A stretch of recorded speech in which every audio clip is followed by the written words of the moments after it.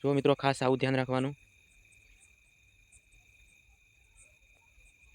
પાણીની અંદર જતું રહ્યું મિત્રો. તમે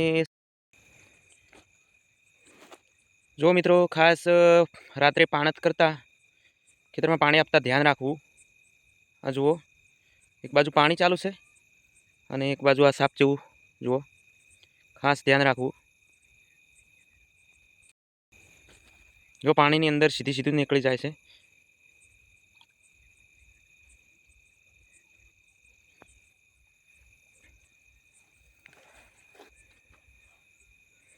તો આવી વસ્તુથી ખાસ મિત્રો સાવચેત રહેવું.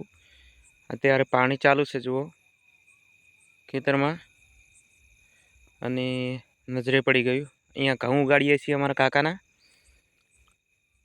તો મારે બત્તી હતી, ટોર્ચ હતી, એટલા માટે આ નજરે પડી ગયું. બાકી ટોર્ચ ના હોય તો પગમાં આ તો નથી, પરંતુ જો સાપ બાપ હોય તો મિત્રો તો આનું ખાસ ધ્યાન રાખવું. તો ખેડૂતો માટે જીવના જોખમ તો હોય છે દરેક વખતે. ચોમાસાની અંદર પણ આ જ રીતે સાપ ને બધું નીકળતું હોય છે ખેતરમાં.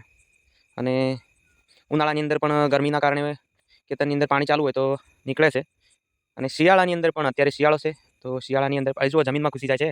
જો મિત્રો આ જમીનમાં ઘૂસી જાય રહ્યું છે. જમીનની અંદર એને જવું છે. તો આ જો આપણે પગ મૂકી દઈએ તો શું થાય મિત્રો? જો જમીનમાં ઘૂસી ગયું અને આપણે અત્યારે પગ મૂકી દઈએ તો શું થાય? જો એનું ફેસ અંદર જતો રહ્યો છે. તો આવી વસ્તુથી ખાસ મિત્રો કાળજી રાખવી. જો જમીનમાં જતું રહ્યું. હા પેલું નીકળ્યું જુઓ. આ નીકળ્યું છે.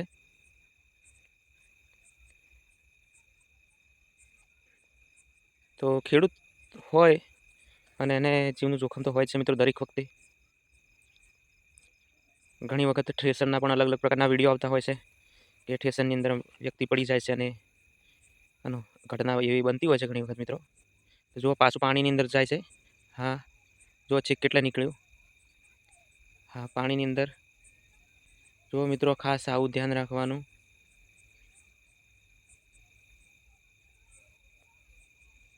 પાણીની અંદર જતું રહ્યું મિત્રો.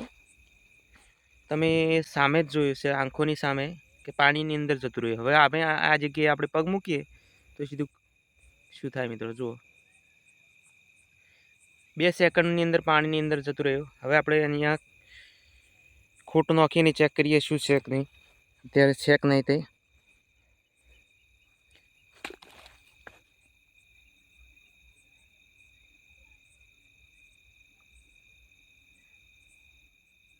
જો મિત્રો ગાયબ થઈ ગયું છે. ક્યાં ગયું ખબર જ નથી. તો આવી વસ્તુથી ખાસ ધ્યાન રાખવું. બત્તી સાથે રાખવી અને ધ્યાન મૂકી નાખીને ખેતરમાં પગ મૂકવું. તો હવે આપણે પોસી બદલી દઈએ છીએ મિત્રો અને વિડીયો અહીંયા સમાપ્ત કરીએ છીએ. આપણી પાસે ટોર્ચ અલગ પ્રકારની છે, હું બતાવું છું તમને જુઓ. તો આપણી પાસે આ પ્રકારની ટોર્ચ છે જે માથાની અંદર લગાવવામાં આવે છે. મેં માથામાં નહીં પણ છાતીમાં લગાવી દીધી છે. આ રીતે જુઓ.